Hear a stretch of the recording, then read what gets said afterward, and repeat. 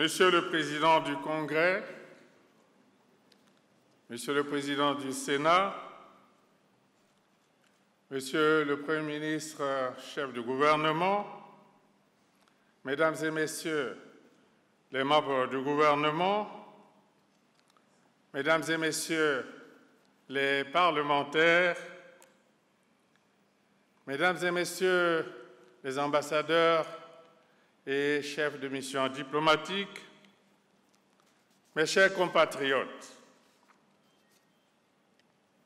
la Constitution du 25 octobre 2015 prescrit au Président de la République d'adresser, une fois par an, un message sur l'état de la nation au Parlement réuni en Congrès.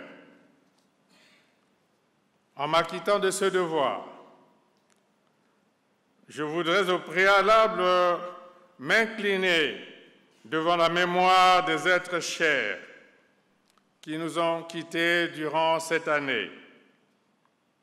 À l'endroit des familles endeuillées, je formule l'expression de toute ma compassion.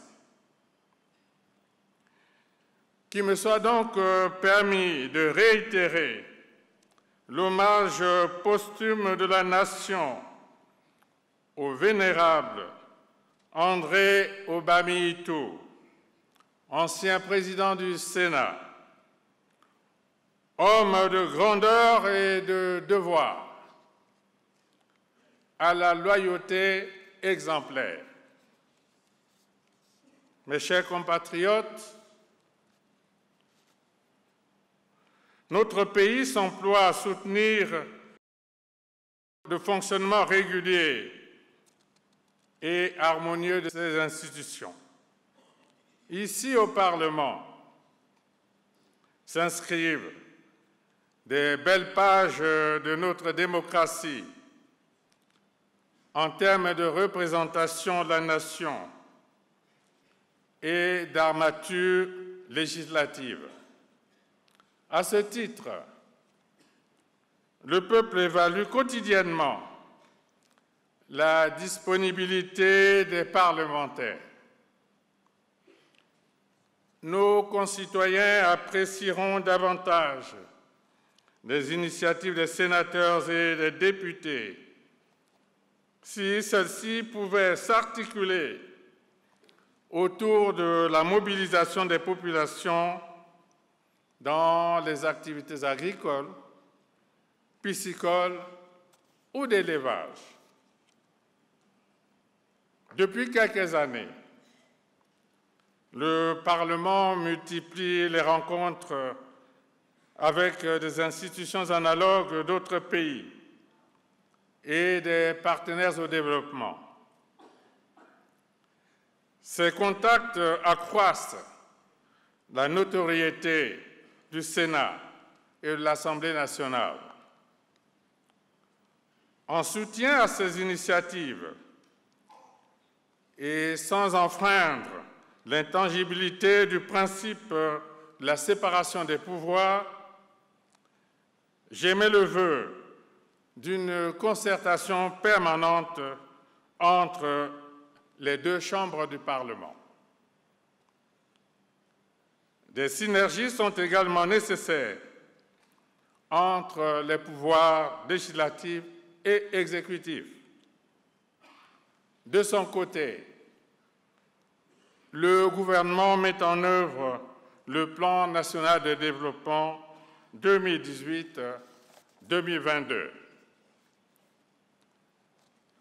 L'action du gouvernement requiert rigueur, surtout dans l'exécution des politiques publiques et la gestion des proximités avec nos concitoyens. Cet environnement conforte la nécessité d'instaurer une expression plus étendue et mieux régulée de l'état de droit. Par rapport à cette question, je m'étais engagé dans mon message du 30 décembre 2017 sur l'état de la nation à assurer la mise en place de toutes les institutions constitutionnelles. Cet engagement a été tenu. Le dispositif institutionnel prévu par la Constitution a été intégralement installé. En 2018, notre pays s'est doté du Conseil national du dialogue, du Conseil consultatif des sages et des notabilités traditionnelles, du Conseil consultatif de la société civile et des organisations non gouvernementales, du Conseil consultatif des personnes vivant avec handicap, du Conseil consultatif de la jeunesse, du Conseil consultatif de la femme. Par son originalité, notre expérience confère une assise plus large, diversifiée, à la dimension participative de notre démocratie.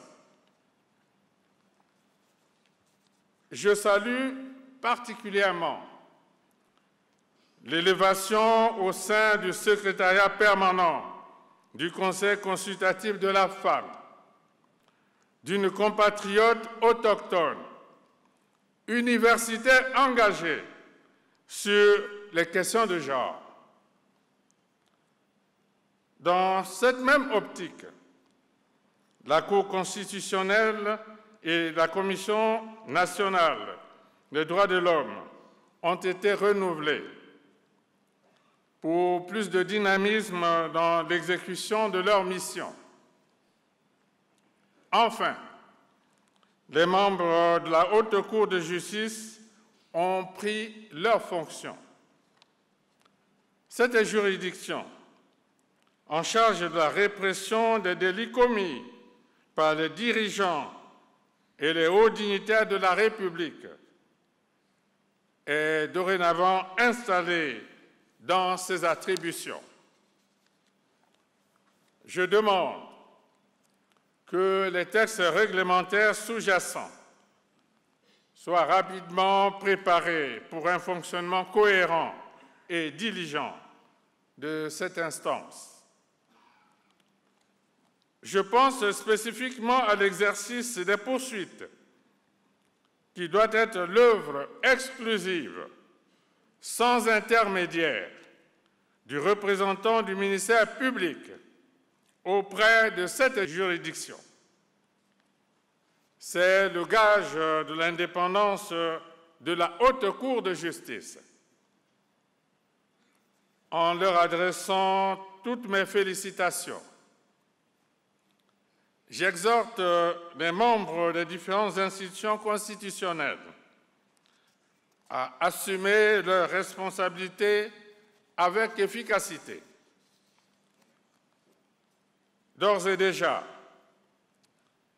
le Parlement et le gouvernement s'attellent à instituer la législation garantissant la déclaration de leur patrimoine par les dirigeants et les cadres de haut niveau à l'entrée et à la cessation des fonctions exercées. Enfin, la Haute Autorité de lutte contre la corruption est en cours de création. Désormais, à tous les échelons de l'État, chaque acteur est exposé à la rigueur de la loi. Alors, il n'y aura plus place pour les jérémiades. Il n'y a de la place que pour l'action, partout et à tous les niveaux.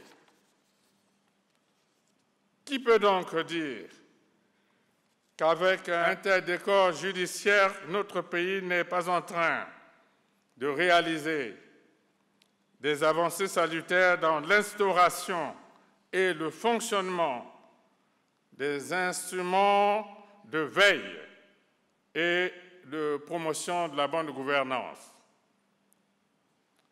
La dernière session du Conseil supérieur de la magistrature a pris des décisions qui augurent d'une justice véritablement au service du droit, soucieuse de rehausser le seuil de confiance auprès des populations et de rassurer les milieux d'affaires. Dès lors,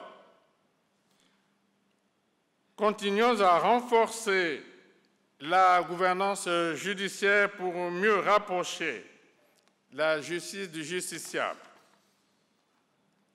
Dans cette optique, l'essentiel demeure la mobilisation et l'implication des forces vives de la nation. La désignation du chef de l'opposition participe de la volonté du peuple d'instituer une république de partage et de solidarité. En tout état de cause, l'expression démocratique se déploie en toute liberté au Congo. Nul n'y est inquiété et ne le sera pour ses opinions. Le brillant passage de notre pays à l'examen périodique universel du Conseil des droits de l'homme des Nations unies en novembre 2018 à Genève traduit la portée de nos efforts dans ce domaine. Pour la troisième fois consécutive depuis 2009, toujours animé par la volonté de mieux faire en matière de protection et de promotion des droits de l'homme, le Congo vient de se soumettre magistralement à l'évaluation de la mise en œuvre des recommandations des Nations unies à ce sujet. Déjà, en octobre 2018, notre pays avait soumis avec brio son 7e rapport au Comité des Nations unies pour l'élimination de la discrimination à l'égard des femmes. Sur ces acquis incontestables, j'appelle une fois de plus les syndicats professionnels à la responsabilité. La quiétude qui règne sur l'ensemble du territoire national nous enjoint de poursuivre à l'unisson l'œuvre de consolidation de la paix. Ainsi, le droit à l'exercice de grève n'est pas incompatible avec la recherche des compromis qui permettent d'avancer, même sur les questions les plus sensibles. La société civile est interpellée au profit du réarmement moral de nos concitoyens, en l'occurrence des jeunes empêtrés dans de nouvelles formes de violence urbaine. Que de sacrifices consentis pour maintenir le cap d'un Congo uni et indivisible dans la paix. Que de renoncements courageusement assumés, parfois au risque d'être incompris par nos compatriotes. Il fallait le faire et nous l'avons fait. La suite nous a donné raison et nous nous en félicitons. Pardonner est essentiel. Oublier serait le pire de nos ennemis. De ma seconde promesse devant le Parlement réuni en Congrès de sortir le poule de sa situation d'otage, ce département a retrouvé sa tranquillité.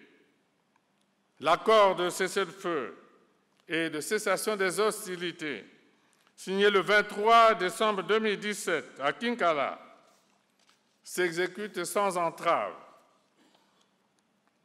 Le retour de la confiance a rendu possible le ramassage de plus de 8000 armes, munitions et explosifs, naguère détenus par les miliciens.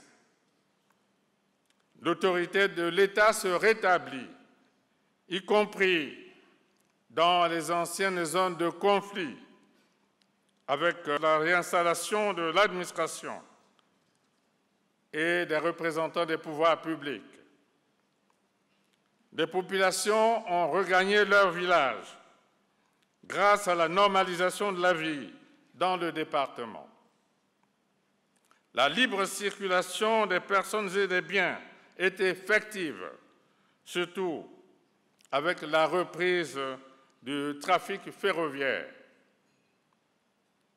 Après la réparation, à coût de milliards de francs CFA, des viaducs détruits, l'arrivée du train en gare est le résultat de la paix. C'est l'occasion de renouveler nos félicitations à la force publique pour son action salvatrice au bénéfice du maintien de la sécurité et du renforcement de la sûreté nationale. Que tous les acteurs de l'accord du 23 décembre 2017 trouvent ici l'expression de ma reconnaissance pour leur détermination au service de la paix. Il nous faut, à présent, réussir la réinsertion des ex-combattants. J'adresse mes remerciements les plus chaleureux aux partenaires au développement qui appuient le Congo dans ce programme, qui trouvent ici le témoignage de notre gratitude. Il y a un an, je consacrais une partie de mon adresse à la question de la lutte contre les antivaleurs. La nouvelle configuration du dispositif judiciaire tend à renforcer la fonction de contrôle dévolue à l'État. Je pense particulièrement à l'Inspection générale d'État, à qui j'entends redonner plus de vigueur et de responsabilité. Les contrôles récemment menés dans les administrations et les sociétés forestières ont montré l'efficacité de nos outils d'audit. Je mesure l'impatience du peuple qui attend que des têtes tombent.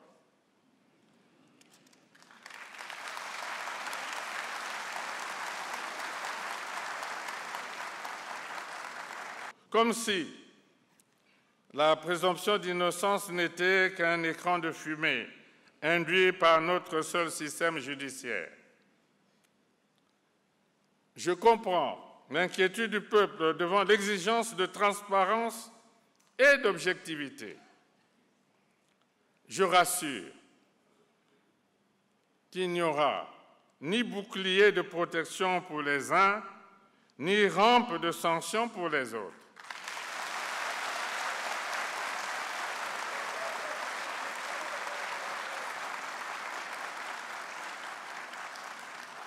Face aux délits économiques, quels qu'ils soient, il n'y aura ni menu fretin, ni gros poisson.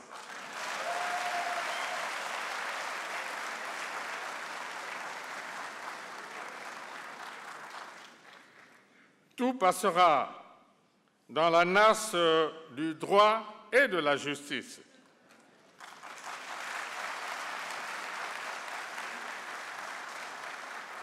Seule prévaudra la loi. Qu'il plaise aussi de rappeler qu'il s'agit d'un processus souvent contradictoire, capable de déboucher sur des privations de liberté ou des dessaisissements divers. Aucune accélération hasardeuse des procédures ne peut être de mise là où la dignité, l'honneur et la liberté individuelle sont susceptibles de s'écrouler. L'agenda judiciaire s'exercera en toute indépendance. Les services habilités sont à pied d'œuvre. L'instruction des dossiers suit son cours. Le défi majeur est de s'élever au diapason des nouveaux paradigmes et de renoncer aux pratiques incompatibles avec l'exercice de la démocratie. Mes chers compatriotes, suite au sommet du 23 décembre 2016 à Yaoundé au Cameroun, les États membres de la CEMAC prenaient l'engagement de conclure, chacun à ce qui le concerne, un programme comprenant des réformes audacieuses. Les chefs d'État ont réitéré le 25 octobre 2018 à N'Djamena leur détermination à relancer les économies respectives dans le cadre d'une stratégie commune d'urgence de sortie de crise. S'agissant du Congo, les négociations évoluent en toute transparence.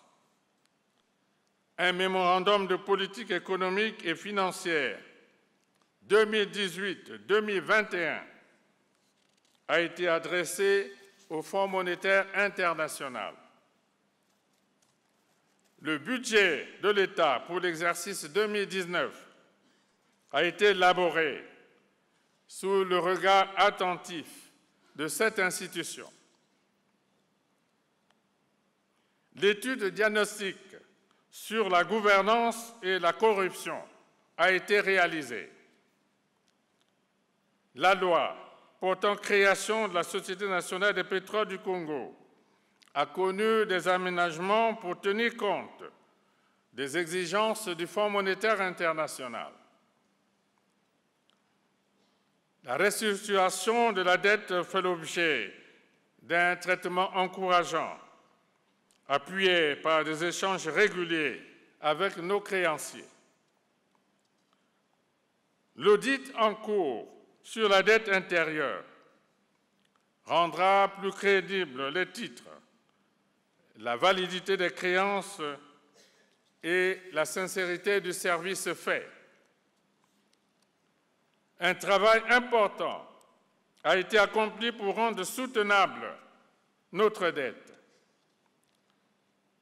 Les obstacles sont en train d'être levés sur la voie menant à la facilité élargie de crédit.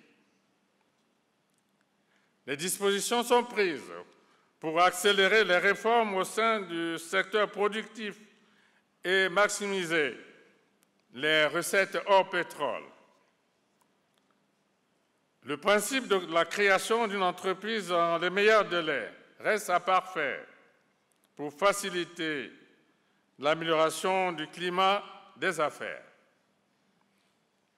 Au niveau sectoriel, l'agriculture bénéficie d'une attention particulière à l'effet de soutenir la production vivrière et infléchir la courbe de notre dépendance alimentaire. La construction en cours d'un débarcadère moderne au port de Yoro permettra de revitaliser l'activité de la pêche fluviale. Dans sa vocation de transit et d'épine dorsale de l'économie nationale, le chemin de fer Congo-Océan a repris du service. le port de Pointe-Noire a enregistré la construction d'un parc à bois moderne et des travaux de renforcement de ses capacités en poste d'accostage. La société aérienne Equair a entrepris la maintenance des aéronefs et la réhabilitation des équipements en vue du redémarrage de ses activités. Le réseau routier permet de joindre tous les chefs-lieux des départements. Le département de la Sangha et de la Likwala sont à présent reliés avec la mise en service de la route Pokola-Enyele. Les travaux d'entretien et de réhabilitation des tronçons défectueux sur les routes nationales s'exécutent à un rythme modulé par les rigueurs de la conjoncture actuelle. À Brazzaville, les conditions de mobilité et de desserte des quartiers de Bakongo et Makelele se sont améliorées avec la mise en circulation du tronçon Case de Gaulle, Pont du Djoué. Tout comme se poursuit le traitement définitif des érosions à Gamakosso. À l'évidence, la lutte contre les glissements de terrain nécessite une riposte attenant à la stabilisation des sols. La célébration de la journée de l'arbre, le 6 novembre de chaque année, constitue une opportunité de choix pour la reconstitution du couvert végétal national.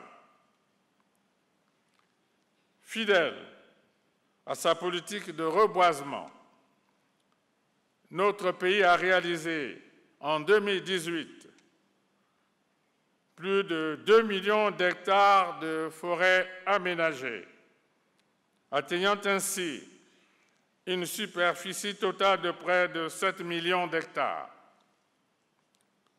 Néanmoins, la contribution de la forêt à la richesse nationale est en deçà du niveau préconisé. La gestion forestière doit être mieux organisée au regard de nos immenses potentialités. Le Congo maintient son leadership dans la conservation de la biodiversité, ce qui offre une bonne perspective de préservation des 30 milliards de tonnes de carbone séquestrées par des tourbières étendues sur 145 000 km². À son actif, notre pays compte actuellement 5 cimenteries. L'ère du sac de ciment vendu à 12 000 francs CFA pendant l'époque des pénuries relève désormais du souvenir. Celui-ci est ramené à 3 000 francs CFA. La société de recherche et d'exploitation minière a mis en service la ligne de production de cuivre dans la zone de Fouati-Bokosongo. L'exportation récente et à titre expérimental du fer de Mayoko densifie les perspectives d'entrée du Congo dans le cercle des pays producteurs de ce minerai.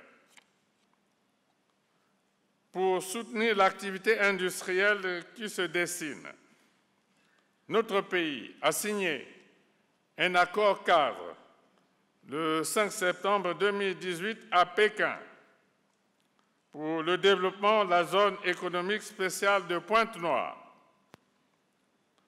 Les enquêtes parcellaires sont en cours d'exécution afin de libérer le périmètre d'implantation retenu.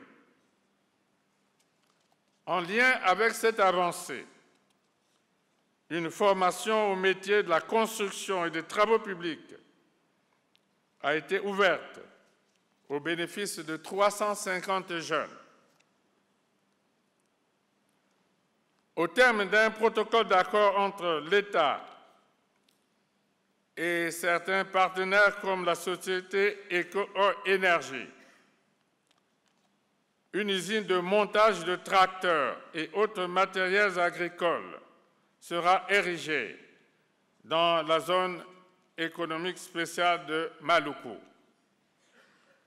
L'année 2018 a connu l'adhésion du Congo à l'Organisation des pays producteurs de pétrole. Il est devenu le 7e pays africain et le 15e au monde à rejoindre l'OPEP. En se plaçant parmi les leaders mondiaux, le Congo est appelé à assumer de nouvelles responsabilités dans la prise de décisions conjointes sur les quotas de production et les prix de vente du pétrole. L'on se désole des perturbations observées dans l'approvisionnement du marché intérieur en produits pétroliers. En retour, il est loisible de noter la stabilité des prix à la pompe, maintenue depuis plus d'une décennie par les pouvoirs publics.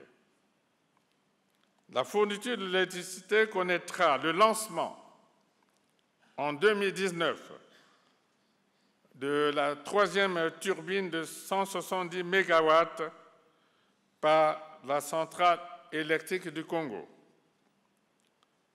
La ligne Mukukulu-Mayeye a été mise en exploitation. Les travaux engagés entre Owando et Makwa, ainsi qu'entre Oyo et Mosaka, s'exécutent de manière satisfaisante. L'électrification des communautés rurales se poursuivra sur les lignes déjà en construction, en l'occurrence Djambala-Lekana, Olombo-Abala, Gamboma-Ongoni, Abala-Alembe. Le secteur de l'énergie ne peut persister dans la fourniture discontinue de l'électricité,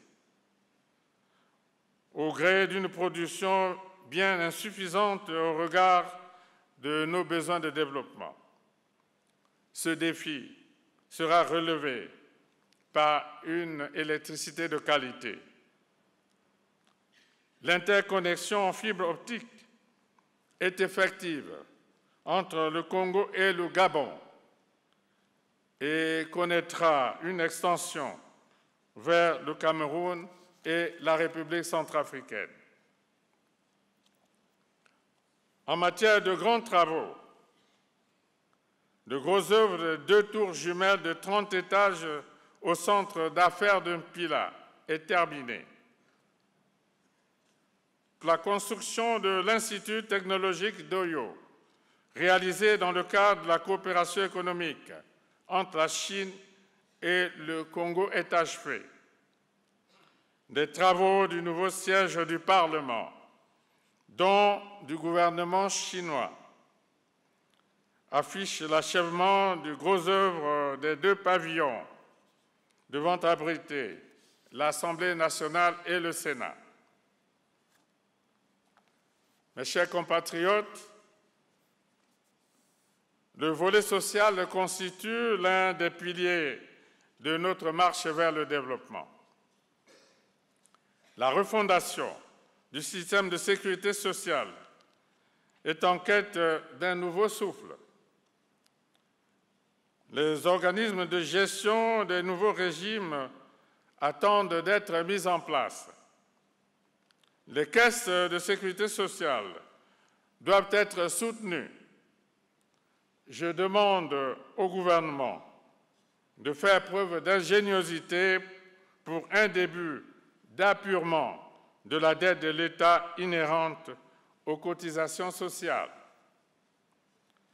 Dans ce registre, il nous faut également rendre opérationnelle à partir de 2019, même par paliers successifs, le régime de l'assurance maladie. Le système de santé en tirera profit et consolidera ses acquis qui se sont traduits en 2018 par notamment la revitalisation des districts sanitaires, le déploiement judicieux du personnel de santé, la mise en fonctionnement des services de l'unité d'hémodialyse à l'hôpital général Edith Lucie Bongo Ndimba pour les cas d'insuffisance rénale, l'installation d'un laboratoire ultramoderne au centre antituberculeux de Brazzaville, le renforcement des relations avec le Fonds mondial pour la mise à disposition des antirétroviraux, la densification de la riposte vaccinale contre certaines épidémies. Le développement social passe aussi par la protection de la famille et de l'enfance en difficulté.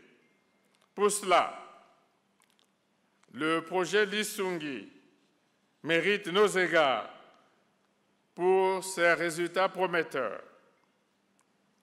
Le groupe éligible de bénéficiaires en file d'attente est passé de 15 000 à 67 900 ménages sélectionnés entre 2014 et 2017 dans les départements de Pointe-Noire, du Niari, du Poul, de Brazzaville, de la Cuvette et des Plateaux.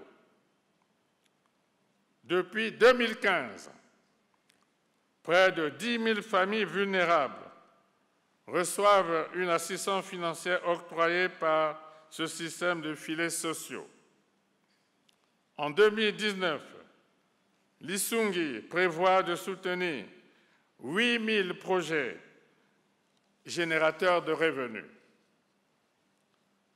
Je demande au gouvernement d'accorder toute son attention à la mise à disposition de fonds nécessaires au passage graduel de ce projet à l'échelle à partir de 2019.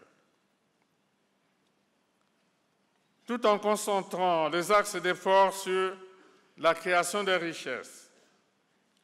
Le plan national de développement 2018-2022 porte un intérêt particulier à la construction et la valorisation du capital humain. La rentrée académique de l'Université de Kintele est envisagée pour 2019.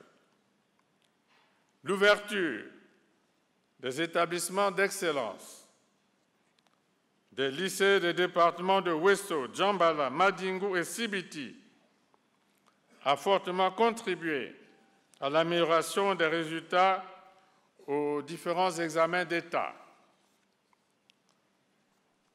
Le double défi de l'équipement de nos écoles en table-banc et de la résorption du déficit en personnel enseignant appelle plus d'efforts de notre part. En dépit du contexte difficile lié à la conjoncture de crise, il est heureux de noter que, comme par le passé, nous abordons la nouvelle année sans arriérés de salaire en ce qui concerne la fonction publique.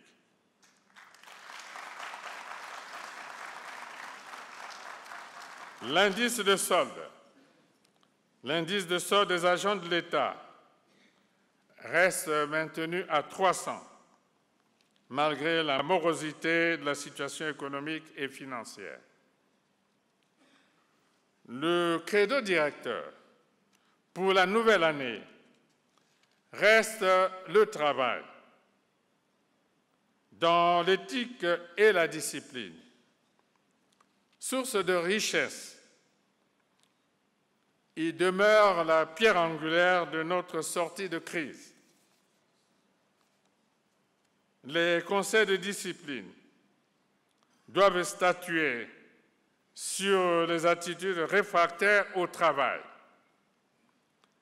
Les contrôles inopinés doivent devenir systématiques dans la fonction publique pour éradiquer les fraudes, les tricheries et les autres cas de malveillance. À titre d'illustration, le recensement physique des agents civils de l'État révèle que 4 525 agents civils de l'État non identifiés figurent dans le fichier de la solde et perçoivent indûment le salaire. 4 525. 11 587 agents sortis de leur corps d'origine continuent de bénéficier illicitement des primes et indemnités spécifiques liées à ces secteurs. 11 587. 3 154 agents perçoivent toujours des indemnités liées à des fonctions qu'ils n'exécutent plus.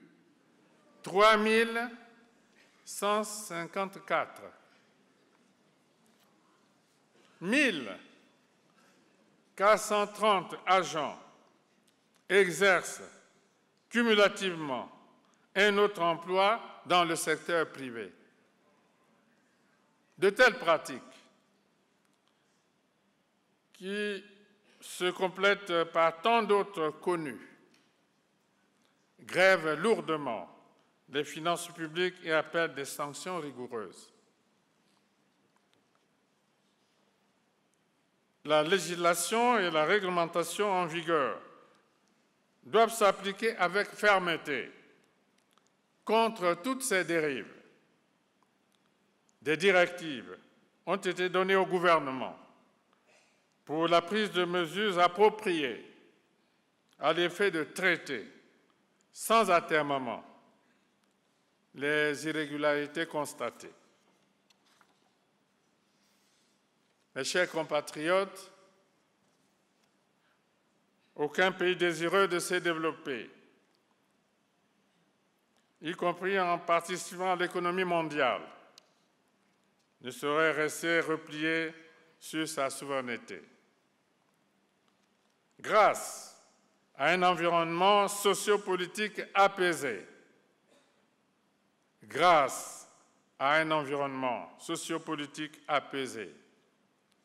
le Congo est aujourd'hui un pôle de stabilité en Afrique centrale. Notre constellation diplomatique est adossée sur un faisceau de rapports et de bon voisinage au sein de la Commission économique et monétaire d'Afrique centrale, ainsi que la Commission économique des États de l'Afrique centrale. Les relations d'amitié et de coopération qui unissent nos différents États se renforcent mutuellement. Les communautés congolaises et étrangères cohabitent en bonne intelligence au Congo. L'intégration sous-régionale en Afrique centrale demeure le leitmotiv de notre action en faveur de la paix et de la sécurité.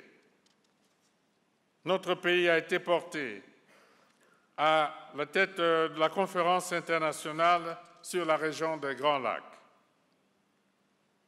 En première ligne des initiatives de restauration de la paix, le Congo apporte activement son appui aux pays frères d'Afrique en proie à des crises sociopolitiques persistantes.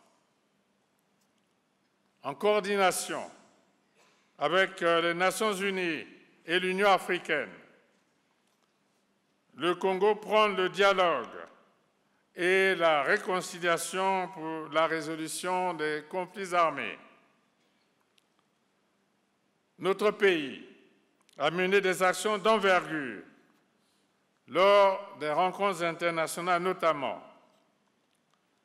la réunion de concertation des chefs d'État et de gouvernement de la communauté économique des États d'Afrique centrale, le 29 janvier 2018 à Addis Abeba, en marge du 30e sommet ordinaire de l'Union africaine. Le sommet tripartite de la conférence internationale sur la région des Grands Lacs, consacré à la situation sécuritaire dans cet espace, le 14 février 2018 à Kinshasa.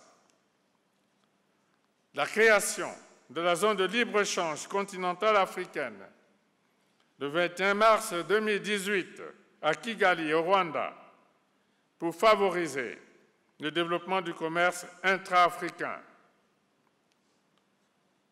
La visite du roi du Maroc lors du sommet de la Commission Bassin du Congo en avril 2018 à Brazzaville. La conférence internationale sur la Libye, à l'initiative du président Emmanuel Macron, le 29 mai 2018 à Paris. Notre propre visite d'État en République populaire de Chine, en marge du Forum sur la coopération sino-africaine en septembre 2018. Le 17e sommet des chefs d'État et de gouvernement des pays membres de l'Organisation internationale de la francophonie, les 11 et 12 octobre 2018 à Erevan, en Arménie. La session extraordinaire des chefs d'État et de gouvernement de la CEMAC, le 25 octobre 2018 à N'Djamena, sur la situation économique de la sous-région. Et la cérémonie commémorative du centenaire de la MI6 et le Forum de Paris sur la paix et la sécurité, le 11 novembre 2018 à Paris. Cette évocation succincte